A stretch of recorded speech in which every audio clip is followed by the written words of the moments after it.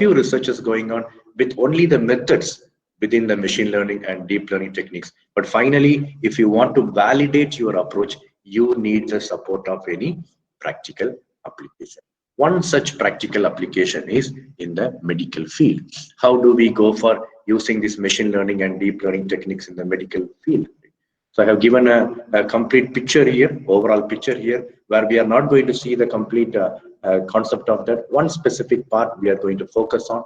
So initially you have a patient. Whenever he or he having some problem, the doctors will ask them to take a scan. So the scan reports will be in the form of images. So whenever images are there, immediately you can seek the support of any deep learning models. Correct? Image is supposed to be a complex data, or a video is supposed to be a complex data, or your signal is supposed to be a complex data rather than having a numbers. Why do we say complex? The reason is inside the image, you will not know what is the region of interest and what is the non-region of interest. But when you have something in the number, you don't have anything further to extract from that. The number is given directly to the system and it is going to process. That's why we say the raw data in the form of signal, image, and video are going to be complex. So from this complex data, how am I going to identify that the patient is suffering from so and so abnormality? Right? For that, again, we need the support of a computer, and inside the computer, we have our deep learning or machine learning algorithms implemented. So when it is executed, it is going to give you a result in the form of a report, and finally, it is going to link with the real-time application. But what we are going to see is what happens within the computer or the system. We are going to have some models in the form of machine learning or computational intelligence models. We are going to incorporate that within the system so that the system can take a decision. That's why we call it as medical decision support systems, supporting the physician using machine learning or deep learning approaches. So this session I have taken with the medical imaging perspective. So you will be given lots and lots of contents on the images and the medical structures and how a research setup can be framed rather than the theoretical and the mathematical concepts behind the computational intelligence approach. So you can set your mind based on what I have given now. So this is about me. As per the Professor Aziz, I understand that there are many participants who are in series 2 also. Thank you very much. But if you are in series 1, then you must be knowing about this slide. So this is a self-evaluatory tool for the newcomers. Always I advise my participants to have one PowerPoint slide like this, which not only talks about you, but it will act as a self-evaluatory tool for you. Yeah, attending workshops, attending seminars is very good, and knowledge gathering is excellent. But how much do we put in practice? That is very, very important. If you do not convert all the knowledge into a practicable form, then the workshop which you have attended may not be much useful, or it will not serve its purpose. So you need to check, or you need to monitor yourself regularly how you are proceeding. This is about me. So what happens is I will normally check my PowerPoint slide before every webinars or seminars. Is there any change? Maybe I'm not sure. You can check with the previous slide I have given you, and you can find out if there is any change in the numbers. I always keep on checking this so that I am not going to sit idle for some duration. For any researcher, every day you need to do some work. Maybe a half an hour time or a 1 hour time is more than sufficient. Depends upon your other responsibilities. But otherwise, the system may not work out, and you may not be reaching the goal or the end of your research career or the advantages of the research career. Right? Because so many possibilities are there. The only thing is we are not exposed to that. We are not exposed to that. Only we spend time on specific things, we can come to know about what the outside world is expecting, and you can finally fulfill all your objectives. And there are so many advantages also which you can gain from. So I hope the participants try to have a slide on your own which we'll talk about. Maybe if you are a beginner, it may be less, but slowly when you gather momentum, it will keep on growing. But never turn back once you move forward. So the agenda, first we'll give a small introduction why we go for the medical images and support systems, why there are huge research scope in terms of deep learning and machine learning in this specific area. You look at the journals, you can find plenty of journals on medical image analysis. Why is there such a craze? That we will see first. Then I will give you current research scenario in medical decision support systems. What are the hot topics in medical researches? Normally, immediately we say the brain, the heart, and so on. Right? But there are many rare medical image research areas available. Right? That I will highlight to you for possible exploration by you. Then in medical decision support system itself, we can say image-based medical decision support systems, and then we have the methodology-based medical decision support systems. Methodology-based, irrespective of the images you can go for. When you go for image-based, it should be only for a specific imaging application.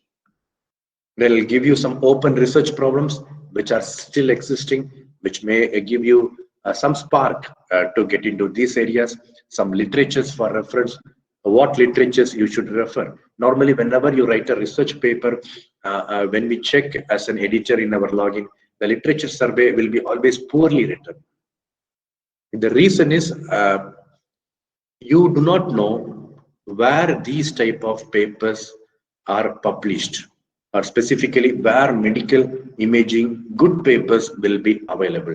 That is the reason you normally go to Google and search in a random way, which you may not get the final output. So that I will give you some softwares. Softwares, maybe it's not for softwares and competitions are not for specifically students, but even for us as professors, right?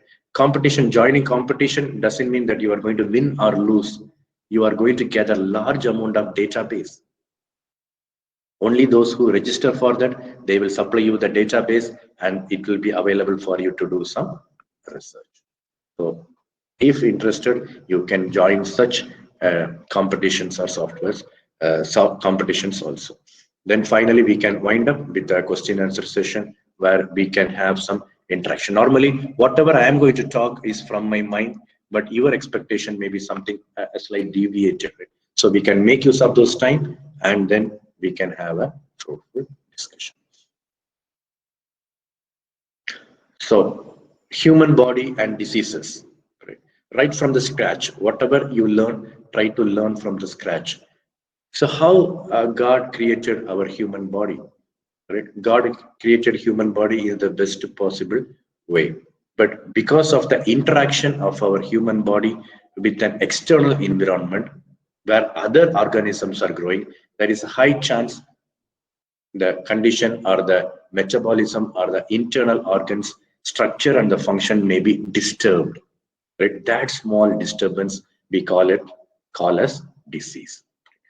So the human body is remarkably well designed. Most of its organs, the internal organs, have a great deal of extra capacity or reserve. In the sense, they can still function adequately even when damaged. Right? So God's creation is wonderful. He did not create that in such a way that when a small injury happens in any part, immediately it is going to fatal. No. There are some organs which cannot withstand even a small damage, but most of our organs can tolerate damage to a certain possible extent. Right? For example, more than 2/3 of the liver must be destroyed before serious consequences occur. And there are case studies where a person can usually live with only one lung or one kidney. There are also few other organs. These are some organs which can significantly tolerate the damage, but there are some other organs which can tolerate very little damage before anything fatal occurs. What are they? Say, for example, brain, a sensitive part of the body. If blood flow via an artery or anything else gets blocked or ruptured, immediately the brain gets damaged. Brain is the CPU of the human body, and it is going to affect all other parts of the body, maybe even a fatal result. Even if the result is not fatal, it is going to affect the quality of the life. Quality of life is very, very important. A person may be unable to speak or move or even maintaining a balance. These are some of the normal abnormalities you can see in the human body, and specifically in the brain. Say, for example, a heart or a heart attack, a significant or a portion of a tissue, right? A tissue is very small, but when a abnormal portion or abnormal external particle gets accumulated within a specific part, at one point of time, the blood flow will be stopped and your heart may not be able to sustain. Right? Repairing heart and brain is going to be very, very, very difficult. So you can understand that disease often affects anatomy. Disease often affects anatomy. When a human body is there, the interaction with the environment is going to have a significant damage within the body rather than outside the body. Whenever a symptom is seen outside the body, the root cause may be interior or deep within the body. This is the way how our human body is designed. Right? And changes in these internal organs, any disturbance can cause some diseases. As we have seen, a heart attack, a stroke, an abnormal heart valve, and trauma to the skin. Right? Even the skin is very, very important. Any blood carrying capacity of the skin is damaged may lead to some unwanted hindrance to any part of the body, any other organs. When other organs slowly gets infected or when they slowly gets disturbed, it is going to lead to some disastrous or undesirable effect in the human body. And as you know, cancer, I need not explain on that. So because of the relationship between the disease and the anatomy, so the human beings, the human race found out that most of the problem is originated from deep inside. But our human eye is created in such a way that you cannot peep into the deepest part of the body. So the human race or the human community thought that there should be some methods of seeing into the body, without the human eye, which can help in the diagnosis and treatment of the disease. Only if a disease is diagnosed properly, a treatment can be decided. So how to see through the body, right? And the answer is scan. Maybe 200 or 300 years back, this may be a big question mark, whether it is possible or not. But nowadays, scan has become normal as a water flowing in a river.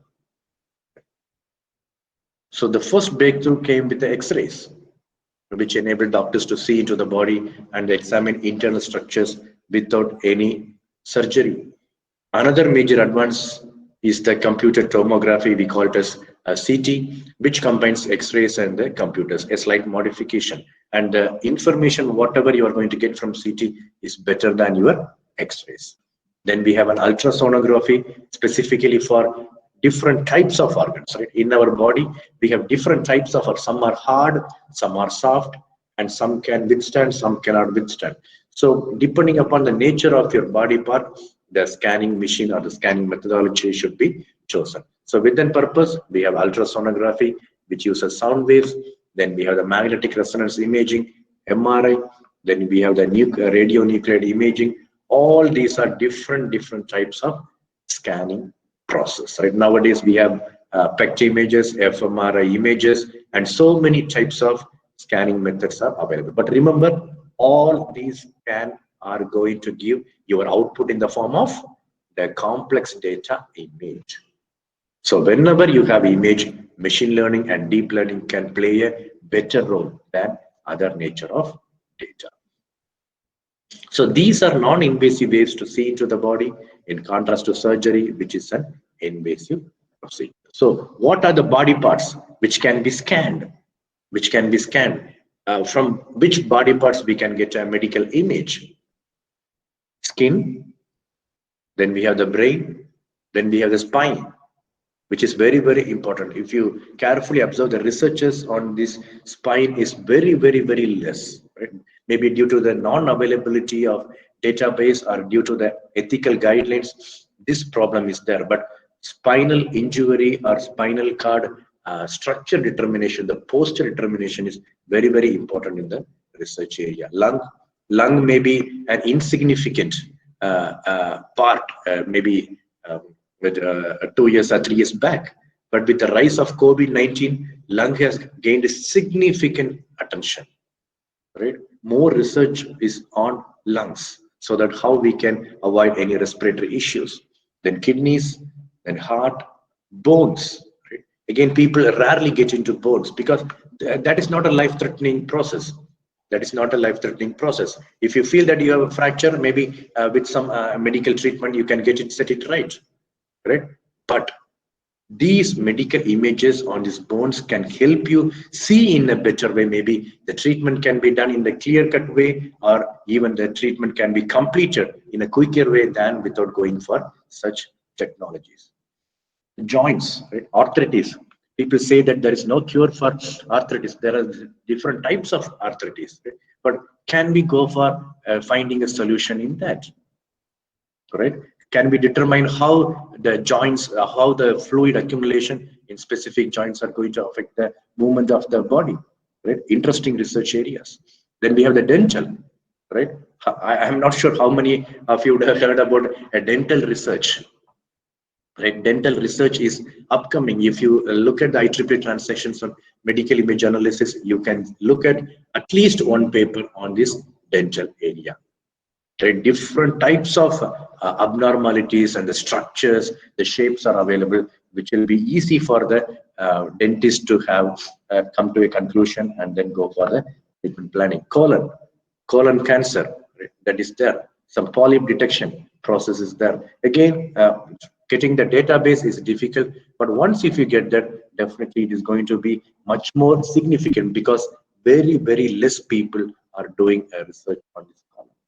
Dead cells, again, not much preferred image area, but still there are plenty of scope in that. Abdomen and retinal, right? So I have missed out mammogram in the sense that most of you must be knowing about mammogram, medical processing and those systems, right? So these are some of the upcoming and rarest image processing areas. So if you want to get into that, you can very well get into it.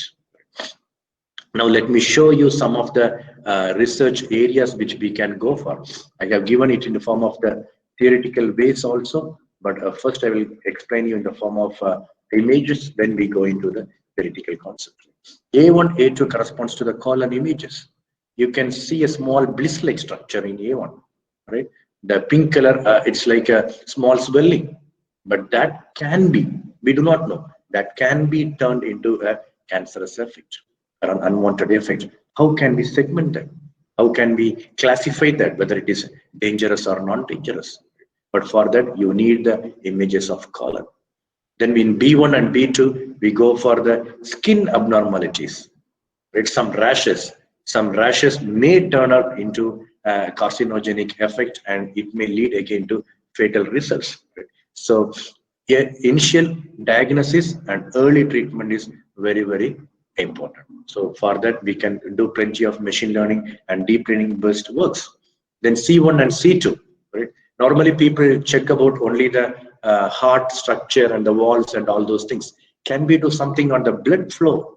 If you look at C2, you can see a small red color circle, right? It is an artery from which the blood is going to flow out or in, a movement of blood. But the thing is, how much amount of blood is flowing?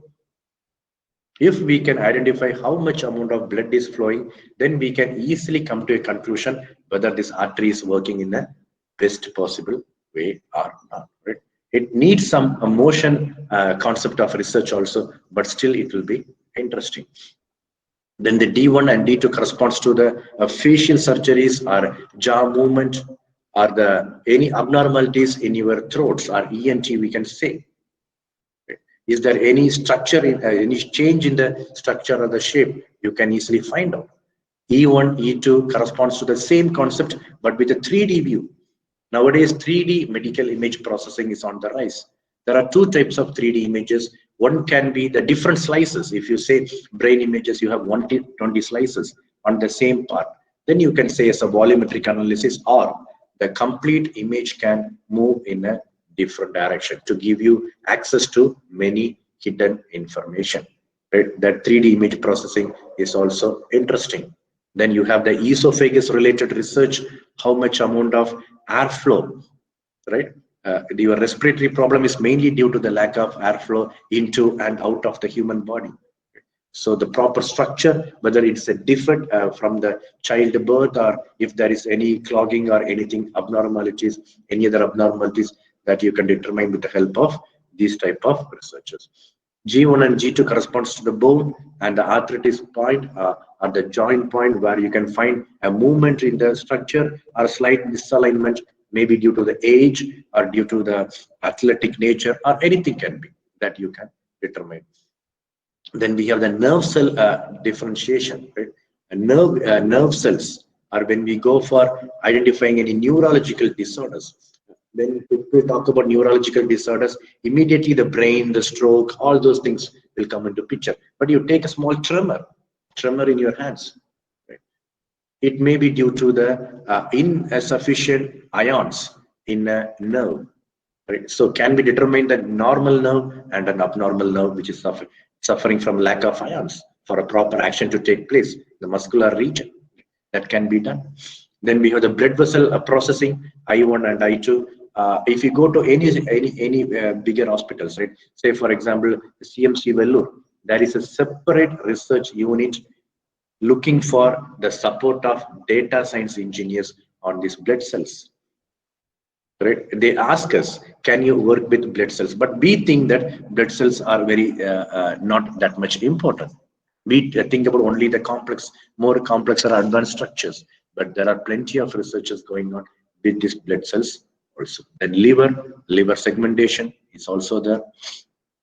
Then different parts of abnormalities detection within the liver part, maybe in a CT form or in a different modality. Then you have the lung images, detecting the white patches. Right? Normally, when you say pneumonia or any other thing, you can see lots of white patches within that. But how can you segment out the ribs within that specific concept? Right? That will be much more interesting. Then how you can convert a 3D to a 2D plane, or a 2D to a 3D structure that is given in F1 and F2. Then we have the child, what to say, the ultrasound images, which is taken normally during the childbirth, right? Whether the heart is functioning in a proper way. Right? Maybe 20 years back, 30 years back, we do not know how the child is going to born. But nowadays, with the advancement in technology, we can peep into the structure and find out how the child is growing, or some treatment can be given in such early stage so that the child, when it comes out, it will have a healthy life. Then we have the conventional brain in H and I. Then we can also find out the ages, right?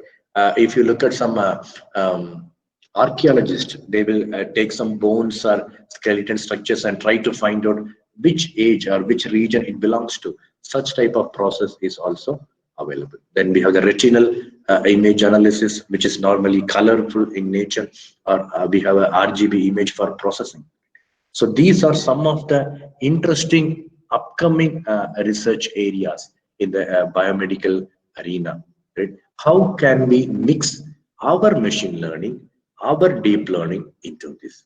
That is the purpose of ours. Right? We cannot do anything with the nature. We cannot block the person from getting the disease, or we cannot plan for anything, any treatment planning. That is the purpose of doctors. But internally, or between these two, we have some diagnostic process where we can go for the support of these specific machine learning approaches. So now the question is, everything is there, everything is set. Why research? Why research in biomedical image processing? So as we have seen so far, they are used to detect the abnormalities, which is normally done by the physicians. Normally done by the physicians or the manual experts. But as we know, human perception is highly prone to error, which may lead to wrong diagnosis and treatment planning. That's why they need the support of a machine, right? Human machine interaction, HMI. So whenever a machine is there with a specific algorithm, with a specific purpose, then it can support the human being in take a decision. In terms of our physician, the decision is going to be the type of the diagnosis, and later on he can go for treatment planning.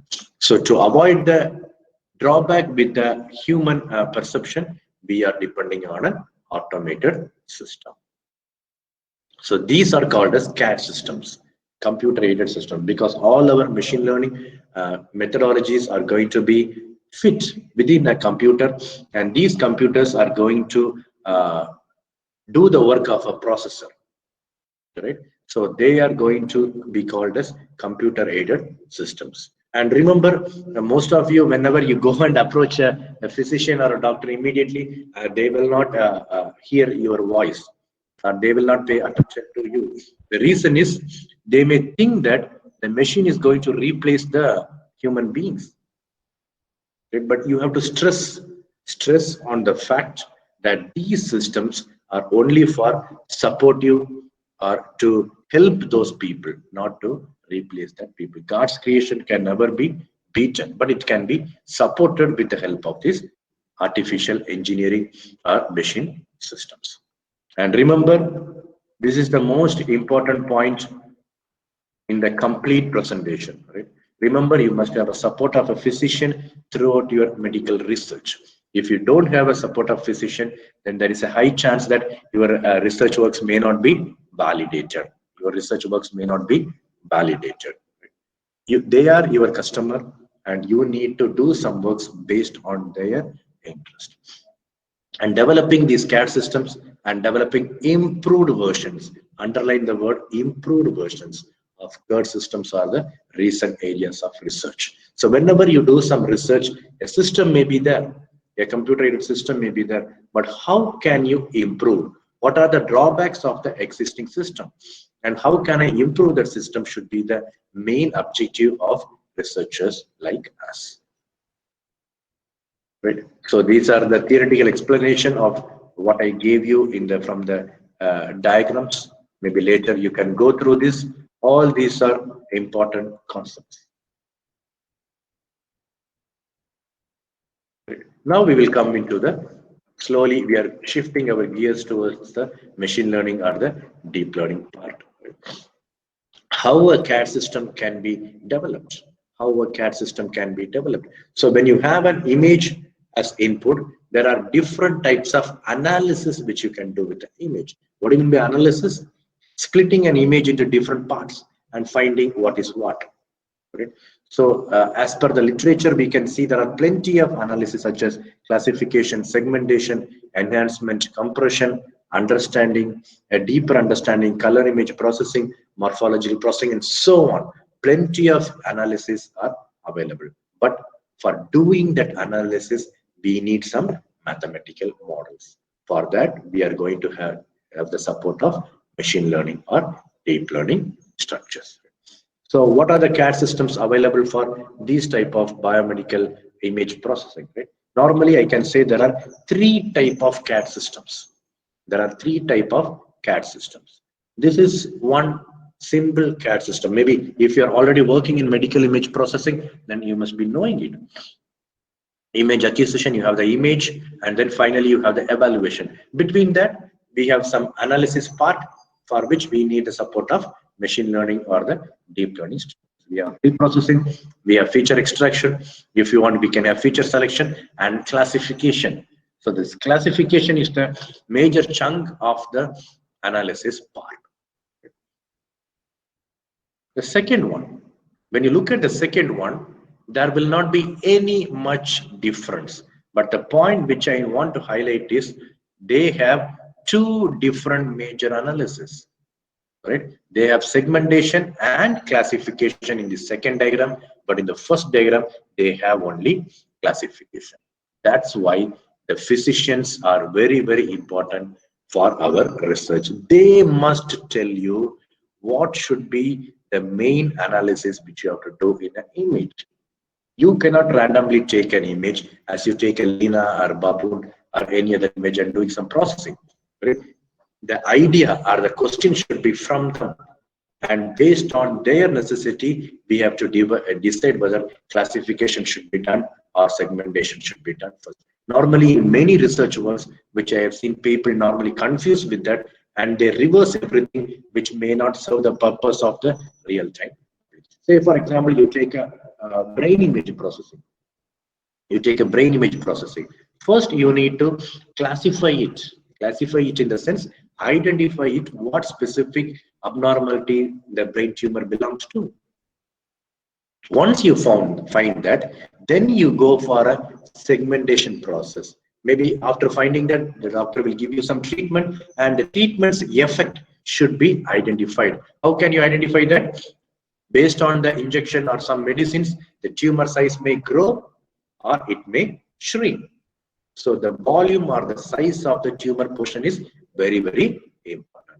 For that, we must go for segmentation. So when you go for brain image analysis, it is always good if you start with classification and then go for segmentation. If you are choosing this type where more than one process is available. When you go for mammogram type of researches, right, what normally we do is first we segment the specific abnormal region. Right, the tumor portion or the abnormal region, we will segment out first. Then, based on only that region of interest, we are going to decide on whether this is A type or B type or C type. So it depends, for which you need a complete background idea or expert knowledge on that specific stuff. So the first one is one operation, maybe classification or segmentation, depending upon the application. The second one is more than one operation within a CAD system, where the place where you keep the analysis part is very, very important. And the third one is the deep learning part. Right? Nowadays, deep learning is more gaining more attention towards the process of medical image analysis or diagnosis. So the third one is your deep learning structure. So when you look at the deep learning part or the CAD system, it may look like the first two, but there are significant difference between this one and the first two. The chief difference between these parts are nothing but the feature extraction block. Right? Here you can see the third block as feature extraction. Here you can see the fourth block as feature extraction. But when you go for deep learning, the feature extraction process is not given.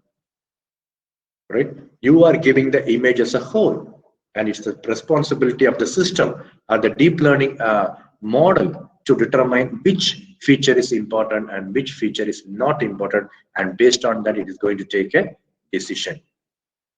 So these are the three different CAD systems which you may encounter for your medical image analysis applications. But make sure you do not mess up with any of these blocks. Even changing or interchanging a block may not cause you a mistake in the program, but logically it may not be correct. So make sure everything goes on as per the system available for us.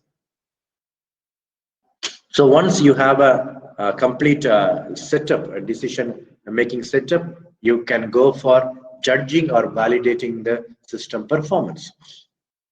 The first performance you must have is the confusion matrix. Right? People talk about accuracy and sensitivity and many other performance measures are there. But before that, you must always illustrate the confusion matrix in your research paper. Only from the confusion matrix, you can get your TPTN, FPFN, all such values. What is this confusion matrix? It is a matrix which is going to tell you, whether an image has been correctly classified or not. Look at this specific image or matrix. Right? You can see a goat image corresponding with the goat image in the y-axis and in the x-axis, then a rabbit with a rabbit and a cat with a cat. So when you look at the dashes, that corresponds to the number of images. So you can see 3, 4, 5, totally 8 images that are there in the goat category and or dog category, whatever you want to say. Among that 8 images, 6 has been correctly classified and 2 has been wrongly classified as rabbit. The same way in rabbit, again you have some set of images. Among that, maybe 6 or 7 images are correctly classified and put it in the specific category. So when you look at the matrix, all the diagonal elements corresponds to the correct classified output. That means your deep learning or machine learning is going to give you some answer. Based on that, you are going to take a decision whether it is correctly classified or wrongly classified. So what about the remaining values? So these values, everything corresponds to the GPT and FPFN values, right? So true negative or true positive, the diagonal things are always a good one.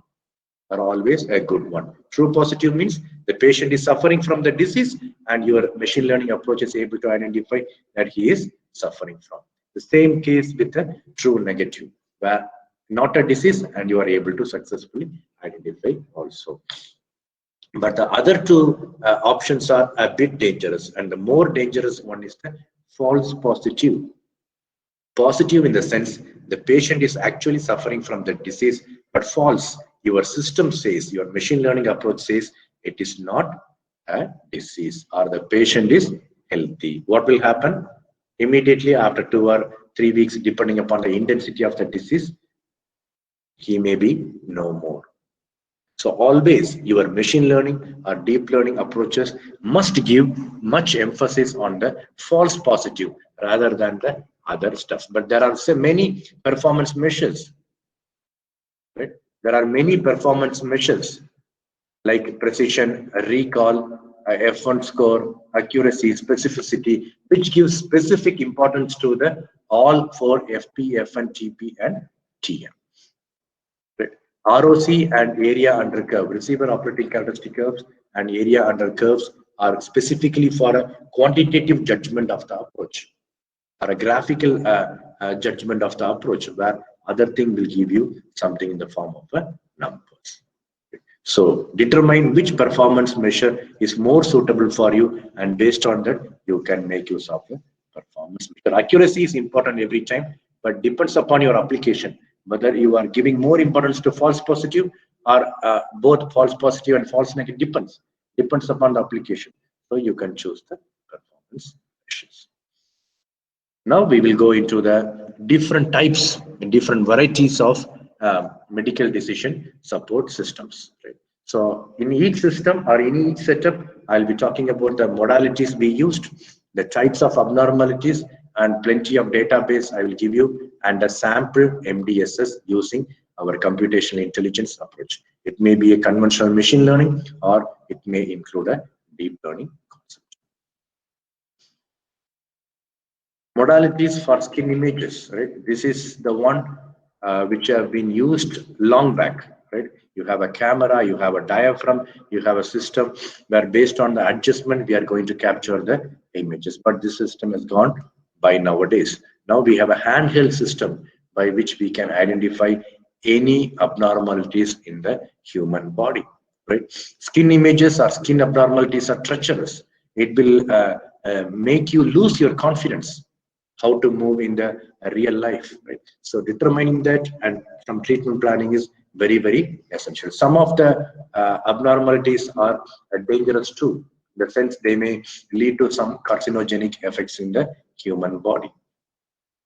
So the commonly used research abnormality is melanoma, right?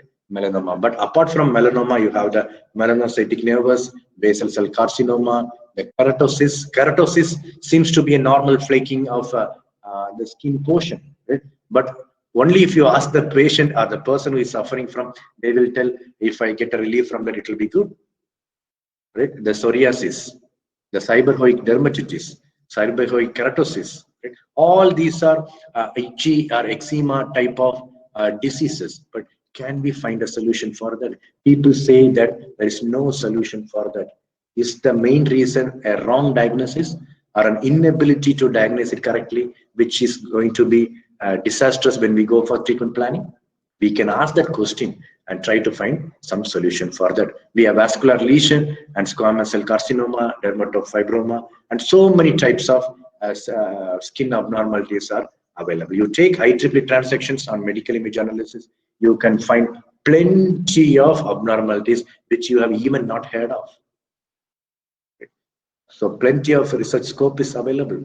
So the first thing you need is you need databases. Without database, you will not be able to proceed with any application. So these are some of the database where You can find plenty of images. Go here and download. All are free to download. Navy means a normal image. You have the abnormal images and also the normal images. And in ISIC, it is actually a competition-based database. Now it is freely open and available for everyone. You can find 13,000 dermoscopic images. Again, in HAM, you have the DermQuest database, then the dermatology based in the MedNote, and real-time images also you can collect. Because these images are easily captured, you don't have much ethical clearance to be done when you go for collecting these images from the hospitals.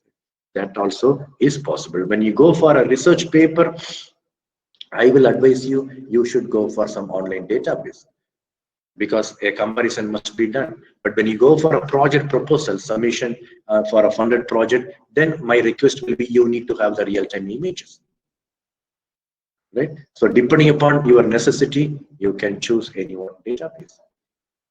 And this is the research setup, which normally involves our machine learning part, our image analysis part. Right? This is a simple setup. I have given one complete flow. This is a normal flow where the blue color takes one part and the other one takes the other part. And here you can see some abnormalities, which is not pleasant to our eyes. And sometimes it may grow and lead to a fatal result for the specific human being. As a computer engineer, as a data scientist, how can I solve this problem? For that, we can have this research setup. We have input image, we have enhancement, and the three major parts which are specific for our skin are segmentation, ABCD feature extraction, manual tedious calculation, and the performance analysis. This is one cycle. Right? The other cycle can be your input image, your enhancement, your feature extraction, your ANN, then come to the performance analysis. Suppose in the current trend, if you want to go for deep learning based structure, your feature extraction and neural network part must be mixed and replaced with a simple model. Right? Simple model. ANN gives only a tolerable quality of result because of the non-uniformity in the structure of the disease. When you go for deep learning models for any images like CNN or anything, your structures can be easily taken out. So first we will see about the enhancement part. You have an input image, we have a resized image, we have a grayscale image, and then we can go for the morphological processing, and then we can get the result. Once you have the image enhancement part, next comes the segmentation, right, which is one of the major chunk of this medical image analysis. If your segmentation result goes wrong, everything goes wrong. So there are three types in which you can go for segmenting the abnormal region. The first one is the Otsu's method. It's simple threshold, adaptive threshold based method by which you can divide into a normal region or an abnormal region. The second one is the ANN based segmentation. And the third one is deep learning based segmentation. So if you are a beginner level, if you say that I'm completely new to medical image analysis, I will ask you to go for the first option. If you say I'm good in ANN, now only I am learning about deep learning, then I will request you to go for implementation at medium level. If you have a theoretical concept of deep learning, you can definitely go for this segmentation of abnormal region in the skin. Very complex and it is very challenging. If you can get some good results, I am very sure your research papers will be definitely accepted, because we are looking for some solutions for solving this type of non-uniform boundary structure abnormalities, which is very, very important. Then we can have a post-processing, and you can say that we can finally come to the specific region of interest only. Once segmented, we go for a normal ABCD structure. Right? This is the normal phenomenon used in the skin disease. It is not used in any other process. What is it? A corresponds to asymmetry. If it is symmetrical, it is normal. If it is asymmetrical, it is abnormal. Borders, whether the border outer structure is even or not. The color, whether you have multiple colors, shades of colors, or one color. Right? Then you have the diameter, and whether it is going to keep on moving or changing in the size, moving in the sense changing in the size or increasing in size, That can be E. So based on these parameters, normally we go for a process called as ABCD parameter. If you are converting your color image into a grayscale image, maybe C need not be there.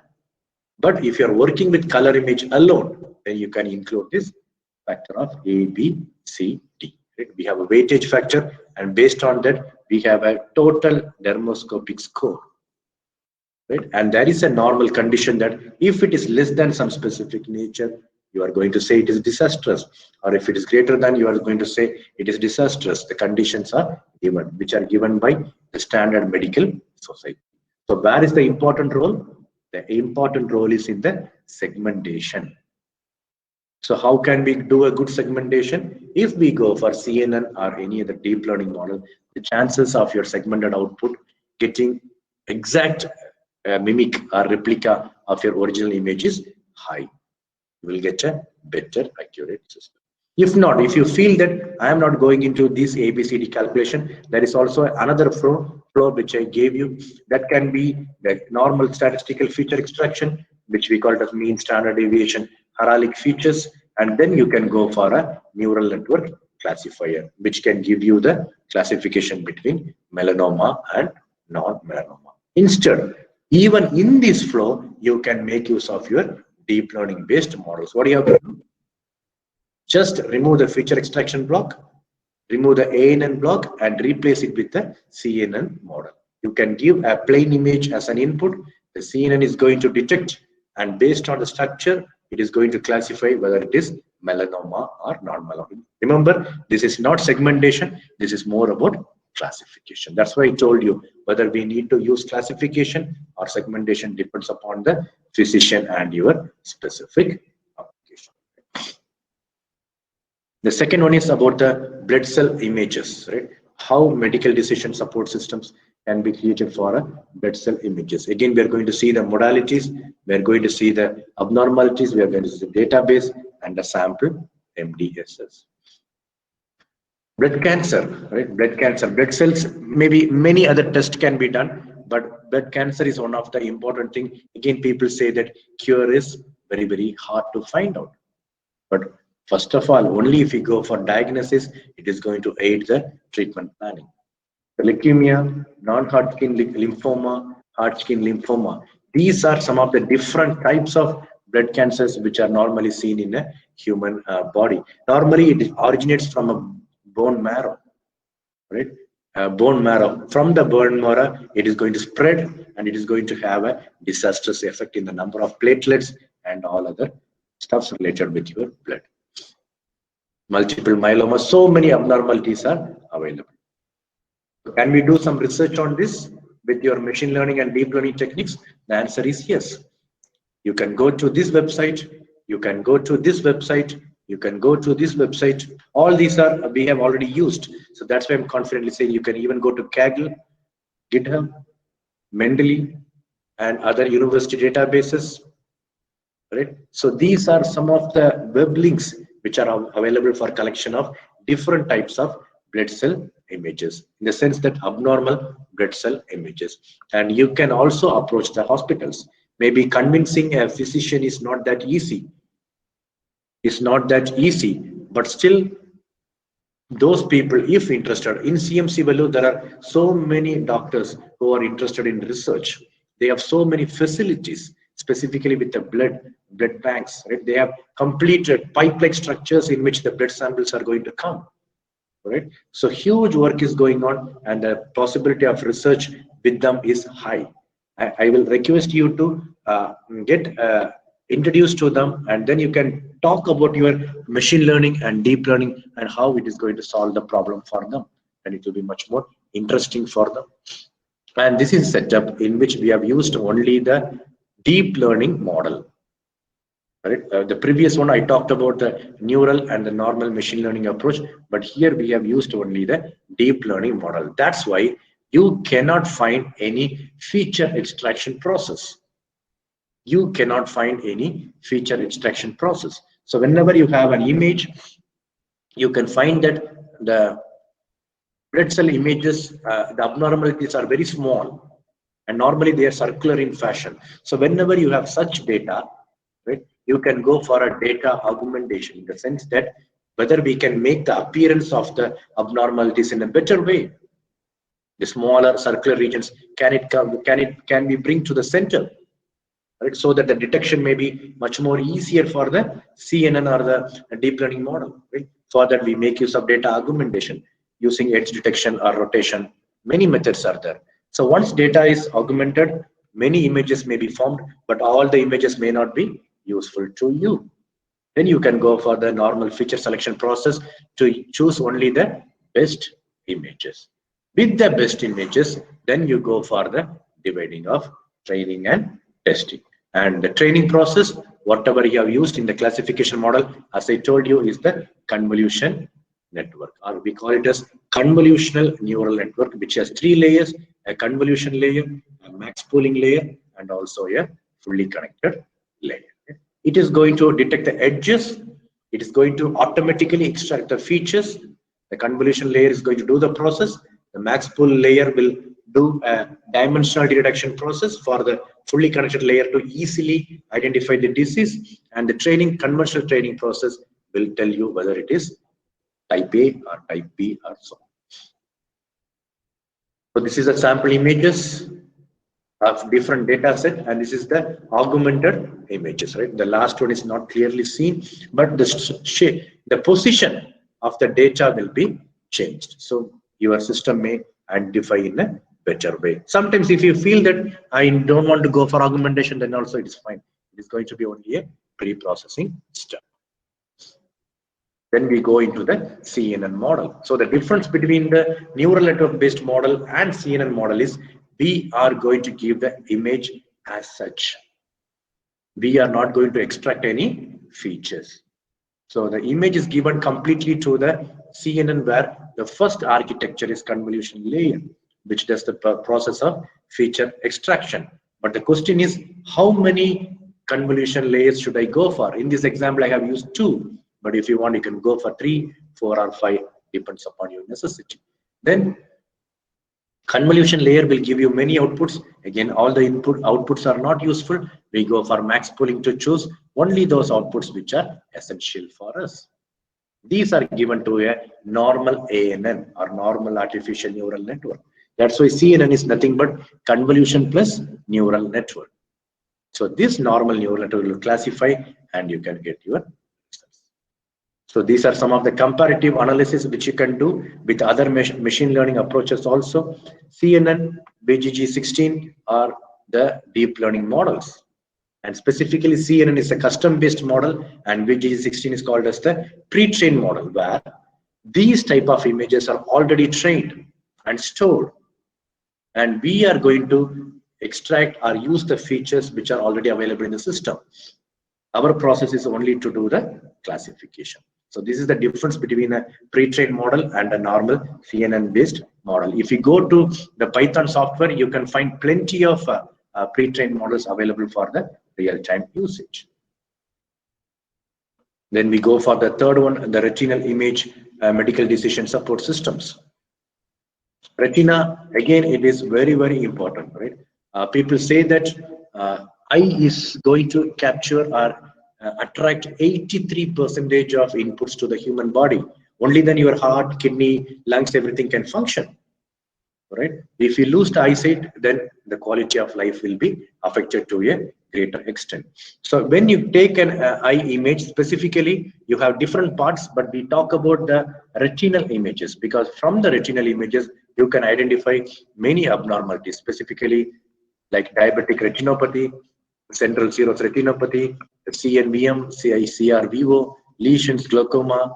Glaucoma is related with optical disc, but physicians say that any change in the shape and size of these blood vessels and the optical disc can lead to the proper diagnosis of the abnormalities. Then age-related macular degeneration, keratoconus detection, lesions is also there. Lesions is also there. A blood leakage is also there. So different types of things we can do. But the idea is, this is a bit complex in comparison to your skin and the previous blood cell process. The reason is, this is going to branch out So when the parts, abnormal regions branch out, they are going to have very, very smaller, thin size. That's why people normally hesitate to come into retinal image processing. Your deep learning model has the capability of identifying even the smallest nerves. That's why a retinal image with any deep learning model is going to do wonders. And we have seen here retinal image will have the optic disc, your capillary tubes or the blood vessels, then you have the macula and the fovea. But majority capillary tubes are the blood vessels, and the optic disc based research works are more necessary to identify whether any specific abnormality is seen in the human person, human patient or the human being. And one more problem with the retinal images are the diseases are very gradual. It just will not appear like our blood cells in a specific region. It's very, very difficult to search the abnormal region itself. But when you go with it for a 1 year gap, the disease would have progressed, and that may lead to the permanent blind sight, permanent loss of the eyesight of that specific person. So we have to make sure, do everything in the early stage itself. These are some of the data sets. You can go to the Drive data set, STAR database, Chase database, Mesidia data set. I've given all the specifications. So when you include these all specifications in your research paper, it will give much or a better impression in the sights of the editors and the reviewers. And the database with B1, B0, B1, depending upon the specifications, they have classified that. Ophthalma is there. Then you have the Kaggle, you have the GitHub.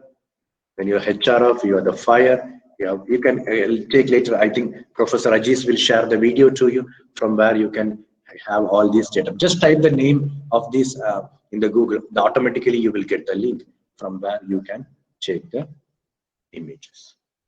And the research setup is slightly changed in the sense that the abnormal portions are too narrow. So your conventional methods may not be able to detect the abnormalities. Right? So we need some changes. That's why in the first slide I told you a normal system or a modified or a improved version of the system is necessary depending upon your images. If you take a skin image, it may not be necessary. Right? But depends upon the complexity of your medical image, you need such structures. So here we go for a normal machine learning based structure where we say image enhancement, feature extraction. So whenever you have feature extraction, always keep in mind deep learning cannot play a role. If you want to have deep learning, then you have to completely move your feature extraction out and this conventional classifiers out and replace it with a normal system. But this slide is given for an idea to have a improved version. How can we improve a normal machine learning approach? One way is a hybrid system. You can mix two methods. Right? BPN is a classifier, GA is a optimization technique. A simple example. Right? You can mix an optimization technique and a neural method, and then you can come to a joint method in which the optimization method can be used for optimizing any parameters in the machine learning classifier. Right? You can see how the results drastically changes. Right? Or if you are using a deep learning based system, how we can divide into two, how the feature extraction process alone can be retained, how can I mix another classifier with this feature extraction process, that we will see in the next session. That is also interesting. But remember, your image, if it is more complex, your normal system may not work out. You need to go for much more interesting and hybrid systems. A detailed explanation of these hybrid systems I have given in my research papers. You can type in Google. You can find plenty of research papers based on these innovative hybrid models. Next one is for the dental image, decision support system for the dental images. So types of abnormalities, caries. I'm not sure how many of you have heard about that. A normal tooth decay. Right? Root canal images. Normally, the doctors make more and more mistakes here. The patient may not be requiring a root canal, but they may think a root canal is necessary. Or vice versa is also true. A root canal is necessary, but they may think a root canal is not necessary. Both leads to a false classification rate, which is extremely difficult for the human being to sustain. Again, it is not going to be life-threatening. Your day-to-day life will go on, but quality of life, quality of life. You ask a person who is suffering from tooth pain, they will tell you how much horrible that specific abnormality is. And apart from that, you have other complexities also, like abscess, a missing tooth, a bone loss. These may be from the birth, or maybe due to the accidents or a fall, or maybe because of some surgeries, or maybe even because of the oral cancer. These type of detection process will be much more useful to the physicians. Right? We have also the normal images. So you can go to this specific database where you can find plenty of dental images. Right? A few weeks back, one professor from Tyagaraja College, she called me, and we were discussing about dental images, right? And she was doing, she's a research scholar, and she was doing much work on this type of dental images, right? And if we mix our deep learning methods with these, definitely you are going to get more success on this specific part. For that, you need to have a thorough understanding on deep learning and machine learning stuffs. Right? I'm not concentrating on that specific theoretical mathematical part. You can look at my other lecture videos, maybe from the series on videos. But when you mix these two things together, you can do things in a beautiful way. So this is the way how you can have the data. You have the raw data, dental X-ray data, and the dental X-ray images. Data in the sense your age, gender, or some other additional parameters. Sometimes it's necessary, sometimes it is not necessary. We call it as annotations, right? Giving a label, giving a name to that specific images is called as annotation. Suppose if you have an already annotated image, then that is not necessary. Then you go for your training and testing, splitting of database, and then we go for the deep learning models here. In the previous case, I gave you an example with a custom-based model. Now these all are pre-trained models. I hope you can get the flow. First one is a normal system, ABCD based feature extraction. Then we have the ANN based feature extraction. Then we have the CNN based processing. And now this is a pre-trained model, advanced CNN. In the sense that CNN is quite complex because we need to adjust so many parameters. But these AlexNet, ResNet, and VGG16, UNet, DenseNet, you name anything, right? All these have some parameters which are already trained, So it will be easy for you when you go for the training process. So these pre-trained models are available in Python, and also it is available in MATLAB. I think you can make use of it. A small explanation I can give you in the next session.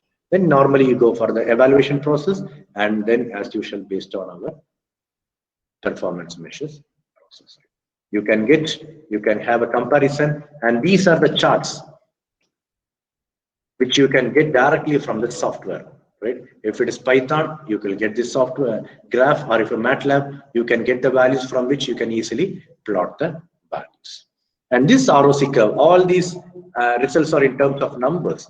But when you look at these ROC curves, it is a qualitative or a graphical illustration about the success of an approach. It is normally drawn between sensitivity and specificity, and whichever graph touches the topmost one, it is going to be the best method. So once these best methods are developed or included, they can be set up in the system for any real-time practical application. You must have thought we are getting a hard copy of the report, of a medical report, but what happens actually? The doctors or the radiologists specifically, they have a computers. Inside the computers, algorithms like yours are there, and they are going to help these people to take a decision. And then we go for the brain image. It's a common one, right? Wherever you go, you can find this process of brain images. But this is a tumor segmentation process. But if you are interested in brain image now, I will advise you to go into Alzheimer's, dementia, schizophrenia, and tremors type of works. So research community is looking for such type of applications which can have a very good result with the help of deep learning and machine learning approaches. So this is a normal block diagram where you have a feature extraction process. Again, I am emphasizing on modified approaches for classification, improved versions, right?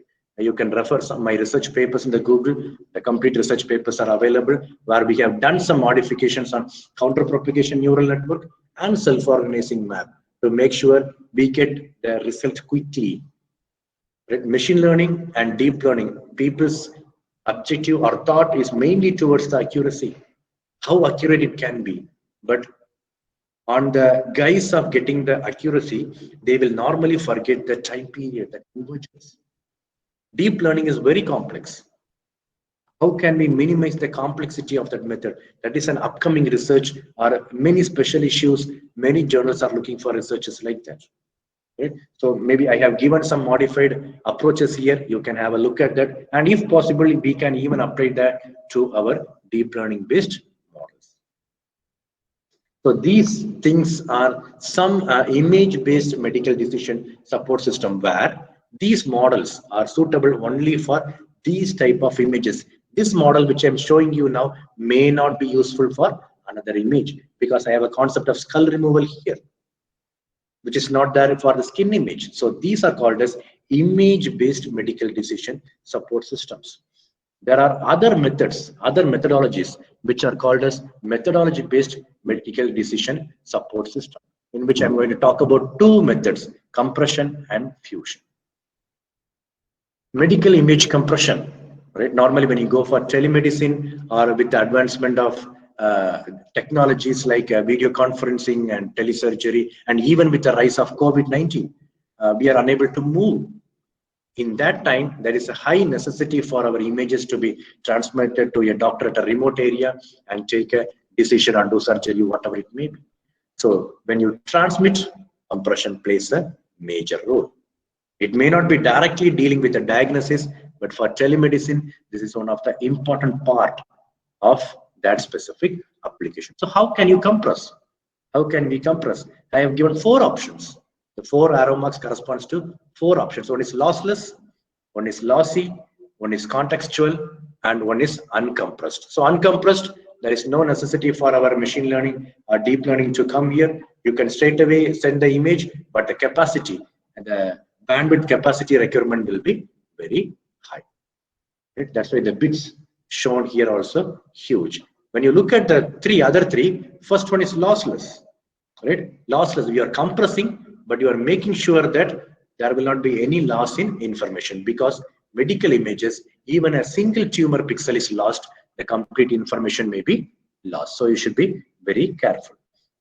So when you look at lossy, you are not bothered about some loss. But the thing is, the number of bits will be less, the bandwidth requirement will be very, very less. Now you have lossless, you have lossy. Very good. Which one should you choose? But now we have a third type of compression, a novel one called as contextual compression, which is a combination of lossless and lossy. It will not miss you more information like lossless, like lossy, and at the same time it will not occupy more, it will not require more bandwidth like your lossless compression. It is somewhere in between these two, found to be optimal and suitable for many medical transmission applications. Right? You have a contextual compression. How do we do that? How do we do that? As I told you earlier, whether we need to do segmentation or classification. So here what I'm going to do is, first I'm going to segment out. I'm going to segment out. How I'm going to segment? The region of interest and the non-region of interest. So whatever come under the category of non-region of interest, I am making use of lossy compression.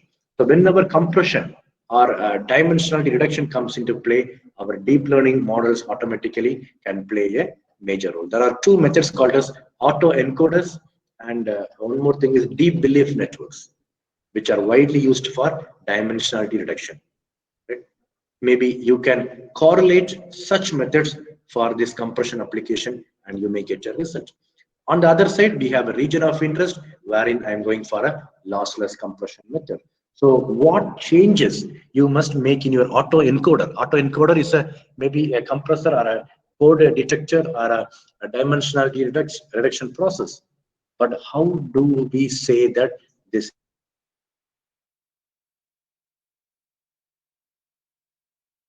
make it as a lossless and lossy. It will be an interesting research. And performance measures, it is going to be completely different from what we have seen earlier. Because it is compression, your compression ratio, how much bits requirement will come into play, the bits per pixels representation will come into play, and also you will make sure that there is no distortion where PSNR can be used to measure the performance measure. Structure similarity index by comparing your transmitted and the original image, and also feature similarity index can be also done. So based on your methods, you need to choose your performance measures. It is going to be different for each application, and it's going to be different for each methodology. Fusion is another interesting area, right? It is useful for only the pre-processing stage, the preliminary stage, right? But it is going to be much more complex. People again rarely come into Fusion, and the scope for machine learning and deep learning in Fusion process is too huge. But because of the scarcity of the database, the Fusion database or the process, we are not going into that. But if you get into Fusion, I'm very sure you will get plenty of papers in a year. Now, what is this Fusion all about? Right. On my left hand side, you can see the MRI image. On my right hand side, you can see the PET image. Right. So these are contrasting images. The information which is seen in one image, it is not seen in the another image. So can we get an image instead of training with two images? Can I get an image which includes the advantages of both these processes? The answer is yes. And the process we go for is Fusion. Correct. So you can go for feature extraction. You need not have the complete image. You can go for the feature extraction using the convolution layer of CNN. For MRI, you can go for the convolution layer based feature extraction of PET, and then you can go for the digit or bitwise logical operation in which you are going to append or fuse both this data. It will be very, very interesting.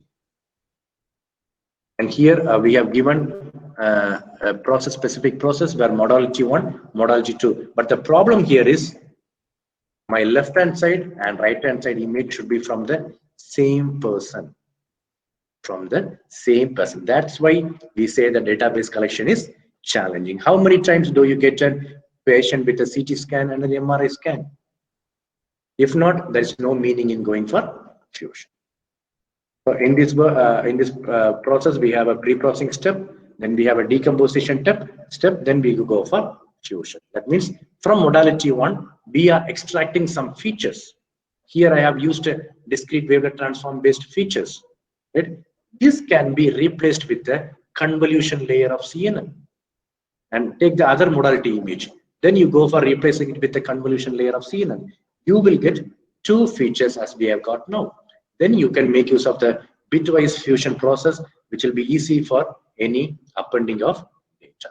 Then you can go for the reverse if you want to go for the reverse process. And this is how the image fusion will look like, A and B. Right? You have the MR image, you have the SPECT image, and when you look at your final output, everything will be fused. But make sure that both comes from the same person. Otherwise, there is no meaning in going for your fusion process. And this MRCT fused, MRCT fused. Right? Nowadays, machine learning based approaches are widely used for this fusion process. One example which I gave you based on CNN can be tested out how it is going to fuse, how it is going to mix. But remember, these models are going to give you some data, after which you need to go for some post processing to make sure everything is concatenated or everything is.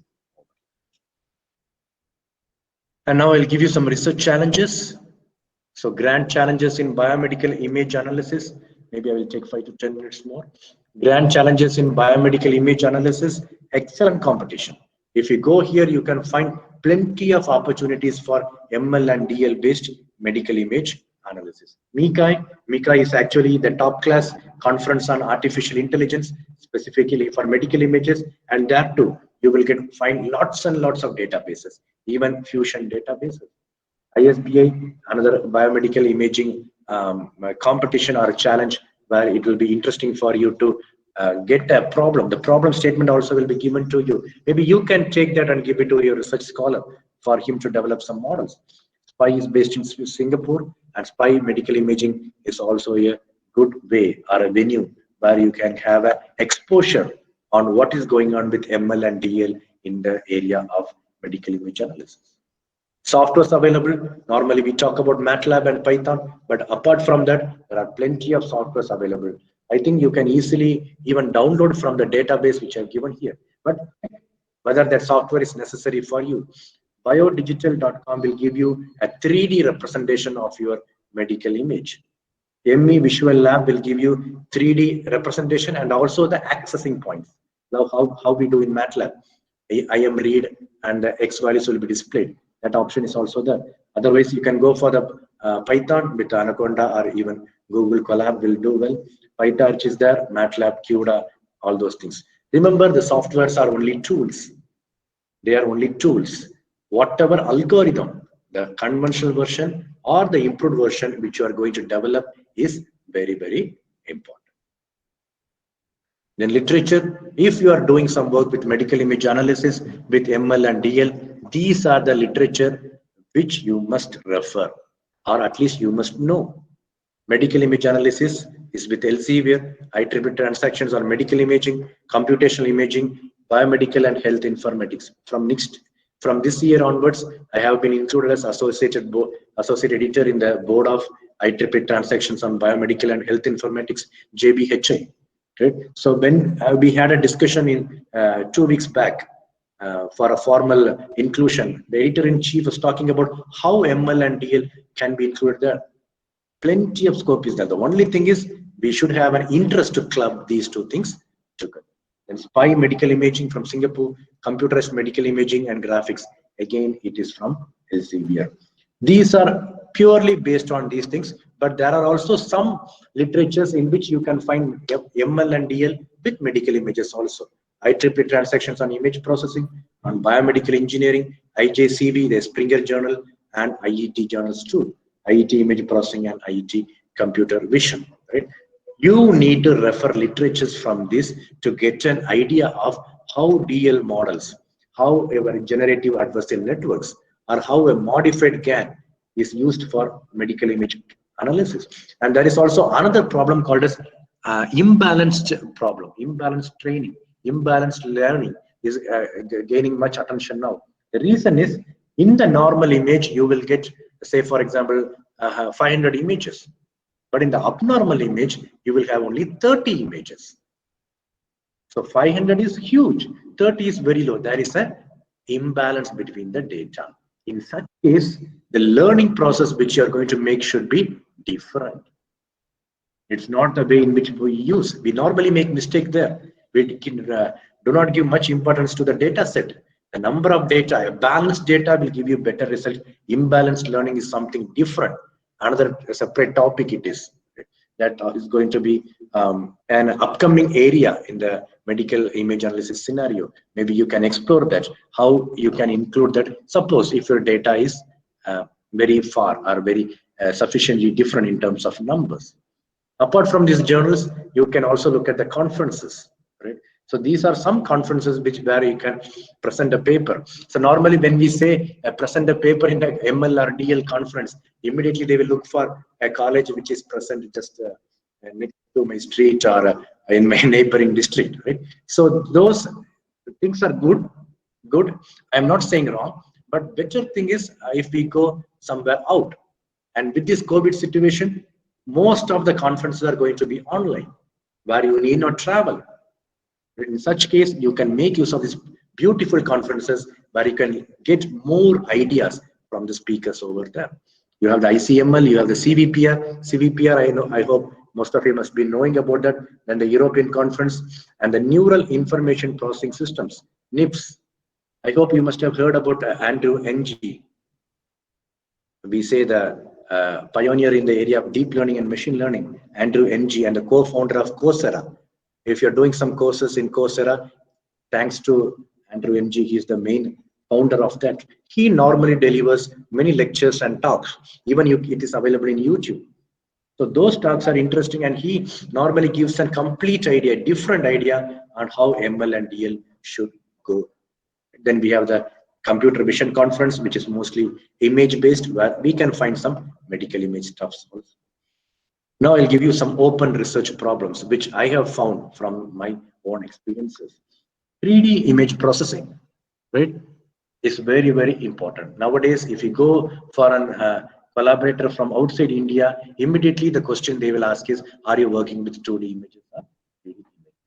So if possible, you can look after 3D image processing methods with ML and DL. DL, your CNN has a specific 3D option, and there are many coming daily which are used with 3D images also. But the problem you may face, I'm not sure, you may face is the collection of 3D database. And I found something on 3D mammography for images, but for the rarest images, I could not find much on three-dimensional data. Can you work with hybrid computational methods instead of a single system? This is another upcoming area. Can we split deep learning model into two and add some more normal models so that a hybrid model can be developed? Interesting concept. Can you develop modified computational methods? The same system, I'm not going to divide or making a hybrid system. I'm making some changes within the system, right? Take your CNN, highly complex. Can we replace CNN with some other method?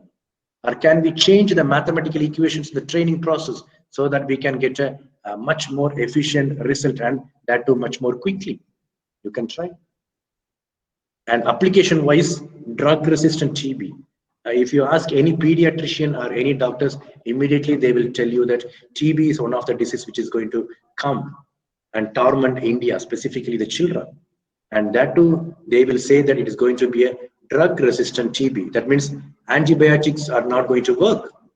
So how can we find out that first, whether it is a normal TB or a drug resistant TB?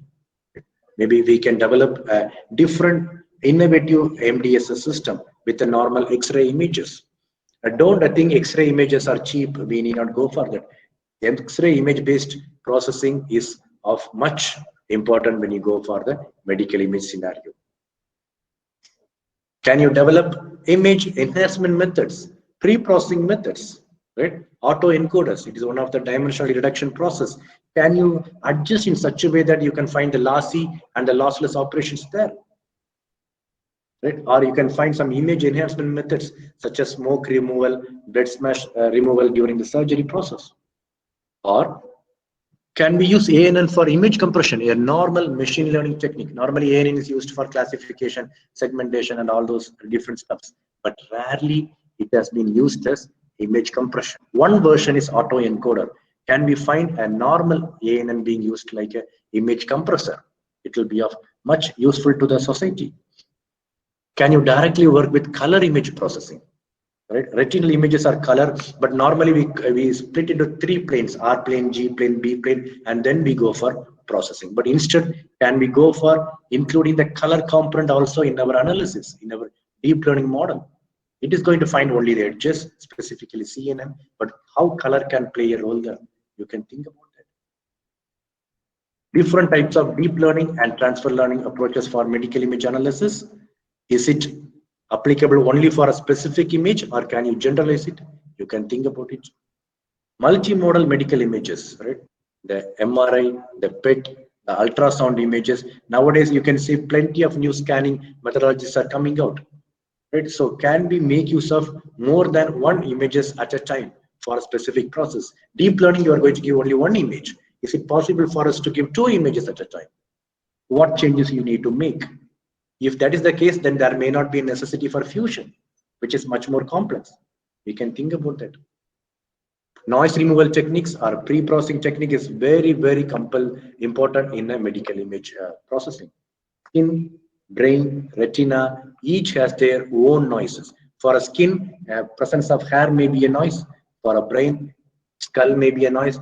A retina, a dull or a very narrow blood vessel may look like a noise. How can we overcome that? Can you develop a time-efficient MDSS? As I told you, computational complexity. Can we attack? Can we do some changes in that mathematical equations or in the architecture so that we can get answer much quickly than your conventional system? Mathematical modeling. I remember telling you or giving you an example on the blood flow in the arteries.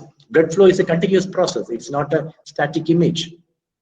The blood flow monitoring should be there. So can we have a mathematical modeling process to determine the blood flow and the stress caused on the walls of the arteries so that we can determine some abnormalities in the heart? Can you develop a normal MDSS for a disease which vary in size, shape, and texture? Right, I told you in retina the blood vessels are very narrow, very tough to identify. But brain, it is broad, it is easy to identify. But for that, I am using some other method. For this, I am using some other method. Can we develop same MDSS so that it is useful for everything? Again, changes should be done in the ML or DL system to account for the shape and the size. Then it will be much more useful for the people doing research. And again, many possibilities are given in this link. If possible, you can go have a look, and whichever problem feels attractive to you, more relevant with ML and DL with you, you can take that and you can proceed with your research. But this is what I want to stress on. The real challenge is in convincing the physicians for their support. Right, they will not easily come for collaboration. You talk about ML and DL, they are not bothered about that. They say as if your machine without any emotions going to judge my disease. But if you keep on knocking their doors, at one point of time they can come for collaboration with you. So that opportunity you must grab, and you have to fully show the benefits of ML and DL in that area. Then they may get impressed and they may give you more collaborations with other physicians too. That's the way how we can get the support of a physician. Thank you very much for your patience listening for the past 1.5 hours. I hope you must have got a good idea on a medical image analysis, and not much into the area of your computational intelligence, right? That is a separate topic, separate concept, but I have taken the application part, which is very much relevant with your machine learning and deep learning. If you want to refer my specific theoretical and mathematical lectures on only that ML and DL, then you need to refer to some other videos of my previous series, or maybe it may be available in online with some other institutions too. Right, we can have some discussions now. If you have any queries, maybe in deep learning or in machine learning or any other applications, you can ask me now. Maybe we can spend another 5 to 10 minutes.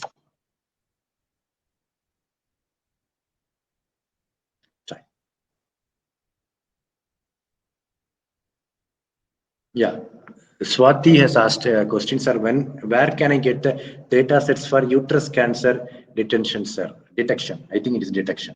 Yeah, very good question, Swati. Even I am struggling. Even I am struggling. I have a classmate in Bangalore. She is very good in hospital management, and she has all gynecologists with her. So I called her one day. After 15 years, I called her one day and I discussed with her whether she can help me. The first answer she gives is a sorry face because of the ethical guidelines, specifically for this uterus type of abnormalities, anything related with female health issues. Right? There are lots and lots of ethical procedures are there, and that too the patients need to sign, and the hospital on their behalf is also signing some documents. So we feel much difficulty in collecting the database for uterus, right? But one of my research scholar is working in that. She got some images, but again the doctors, after repeatedly warning her that hospital names and all those details should not be known to the outside world, right? So I'm very sorry to say that I'm not sure from where you have to collect this uterus images online. She has done a thorough searching, she could not find that, right? Maybe but my advice is, maybe we can go a little broader. Maybe we can include this fibroids detection. Maybe we can include that COPD concepts, that images we make it, because it may be a normal ultrasound images only. So if you can broaden your research area views, then I think it may be possible. But otherwise, even if you find some uterus images, let me know. It will be useful too. Thank you, Anita Moses, Abri Khan. Abri Khan, I don't have any YouTube channel specifically because I don't have a practice of giving every day some talks on that. But many of the institutions in which I have delivered my talks, they have given my talks in their YouTube. So I just go to Google and search, maybe type my name, you can find many information on that. Any other queries or questions you want to ask me in online way, you can ask me. Thanks, Abhi.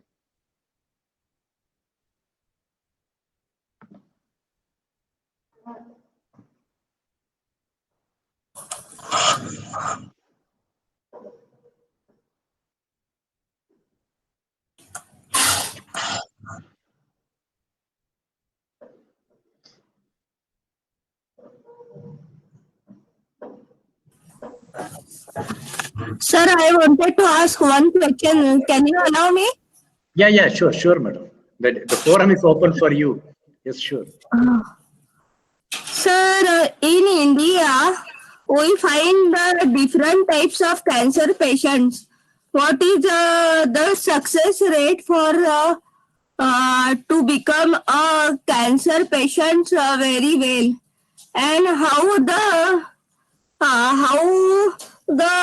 the people from urban areas they have to cope up with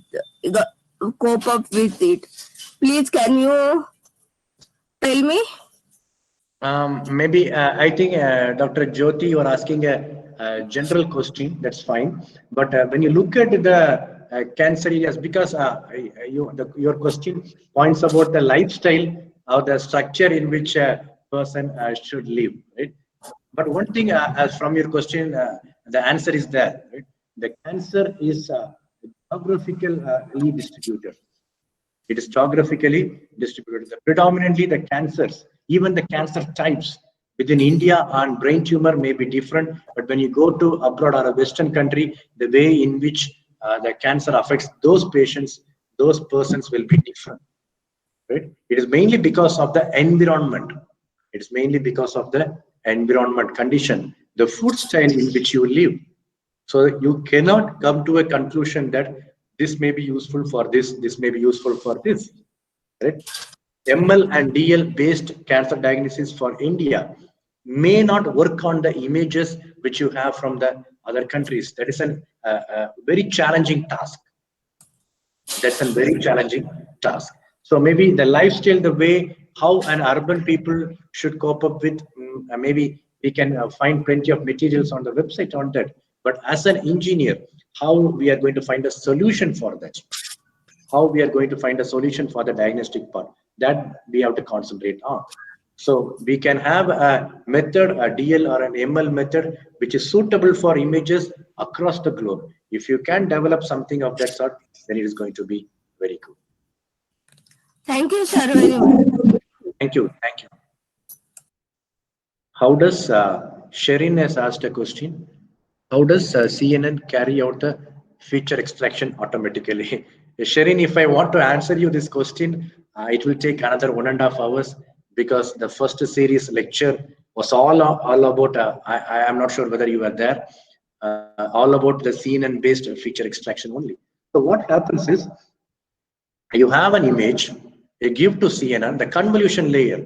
In CNN, the convolution layer does the process of feature extraction.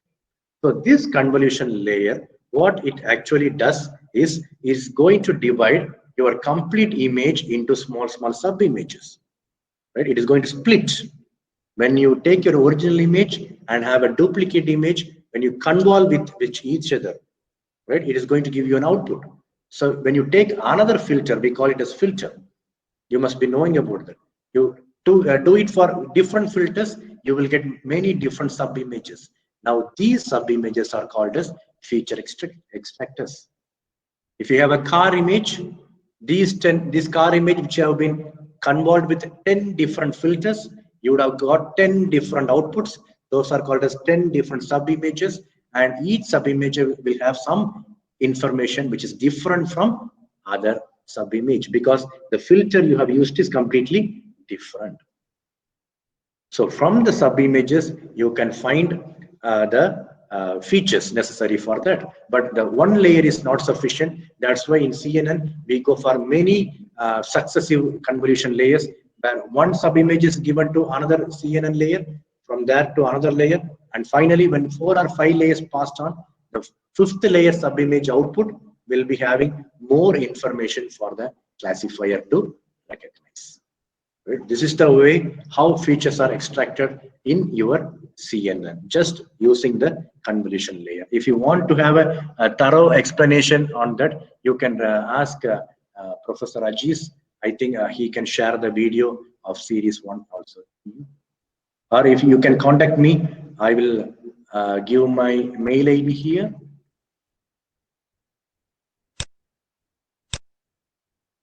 And my phone number here, so you can contact me later also after looking at the video, or if you want to have additional information, let me know. That is a huge explanation need to be given. That maybe I can help you offline. Yeah, thanks, Sherry.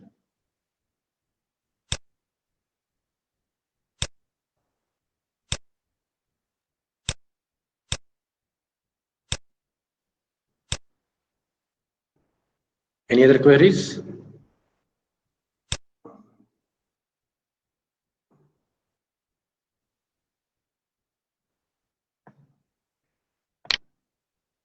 Professor Ajiz, can we?